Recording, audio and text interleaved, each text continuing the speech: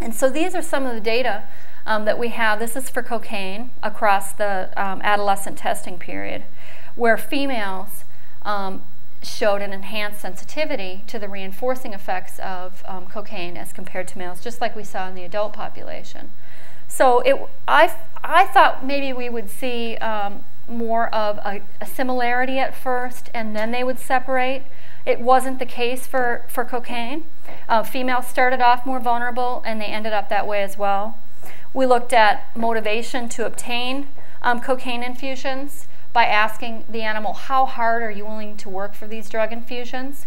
And females maintained higher levels of motivation under a progressive ratio schedule as compared to males. And we looked at the ratio of estradiol, and we looked at progesterone levels, and it's the high levels of estradiol that predicts the greatest motivation for cocaine. So similar to what we saw in adults. However, when we looked for nicotine self-administration, we saw a little different story. So it was more subtle too, the sex difference. So no difference at the higher dose, but when you go to a lower dose, females are more sensitive. You don't see it initially, it appears. And this point is even more clear with the next figure, where males and females start off similar in their levels of motivation to obtain nicotine, but start to separate out toward the end of the adolescent testing period, especially for here and here, suggesting that it's the change in hormones that are occurring during this transition period that may underlie some of these effects. And when we looked at hormone levels, what we saw was progesterone was negatively associated with motivation, like I was saying before. It might actually counter the effects of estradiol. And really it was the ratio of estradiol to progesterone that was important for nicotine. So depending on your drug, the hormone levels are modulating, responding, and the rewarding effects of the drug, but the role of each individual hormone may differ based on the drug.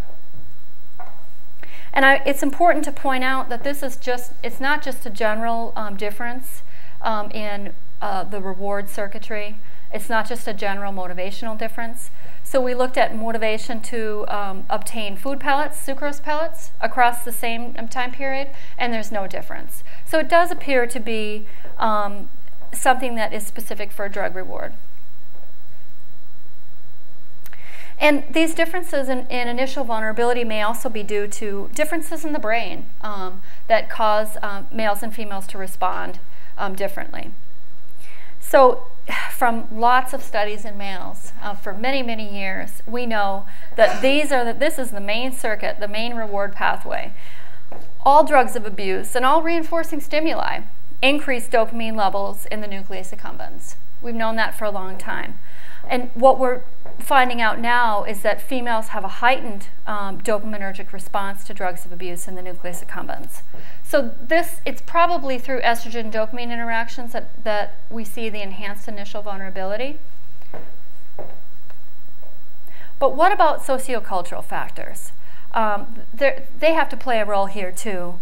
I think one of the things that have protected, two things that have protected females in the past that is changing are drug use opportunity and social constraints.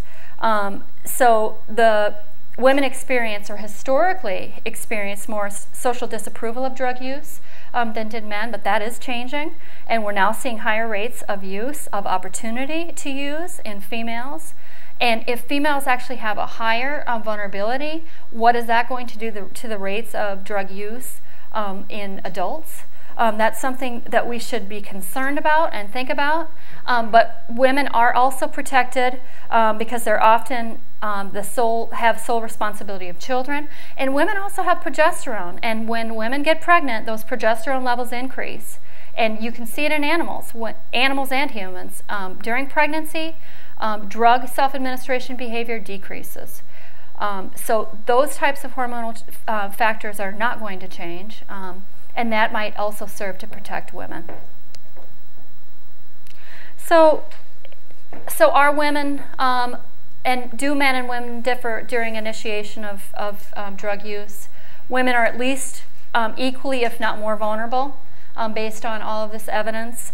The preclinical studies suggest that they're at a greater risk. Estrogen may protect, or I'm sorry, estrogen may underlie the enhanced vulnerability. Progesterone may protect, and sociocultural factors may protect, and some of those factors may be lessening. So does the progression to addiction differ between men and women? So a telescoping effect has been described extensively for alcohol. Women appear to progress more rapidly from initial drinking to developing problems with drinking. And they enter treatment programs sooner. They go through the hallmark stages of dependence faster than men.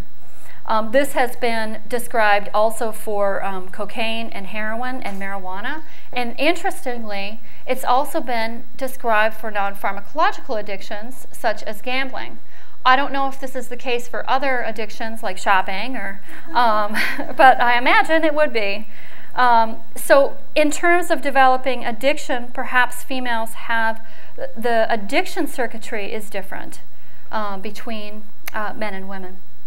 So what do the preclinical studies show? This is something that's just recently been examined in studies. And actually, we didn't model addiction in animals until real recently. People have been looking at the effects of 1 or 2 hour self-administration sessions for years.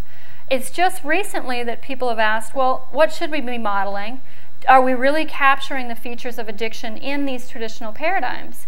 And the answer is no. What we need to be looking at is we need to look at the characteristics of human addiction. You see escalation of drug use over time. There's a transition from controlled use to uncontrolled use. There's an increased motivation as a result of the drug use. So people will forget about their social responsibilities to use drugs. And there's increased drug-seeking susceptibility to relapse. So of the few studies that have compared males and females under conditions that produce these characteristics, so the key here is to give them extended access to the drug. Give them at least 6-hour access where you can see escalation of intake, or 24-hour access and you restrict it in some way so the animals stay alive, but still show binge abstinence patterns. And when you compare males and females under these conditions, females self-administer more cocaine and PCP, and there was a recent study showing this for methamphetamine. So we're seeing something similar in animals, suggesting that there's a biological basis. One procedure that we've used in my lab is a discrete trials procedure that allows animals 24-hour access to the drug and gives you the binge abstinence patterns that we see in humans. I'm not going to go through the details of the model, but under low access conditions, what you can see is a very diurnally regulated. So rats are nocturnal. They're going to do most of their behavior is during the dark phase, and they take most of their drug during the dark phase of the cycle. But it's very stable. They're not taking very much every day. When you increase access, so this is 4 trials an hour, and each one of these lines is a day. These animals are taking the drug in a binge abstinent pattern. This animal took every infusion available for almost 2 full days. So that animal is not doing anything but sitting at that lever, waiting for it to come out and pressing it.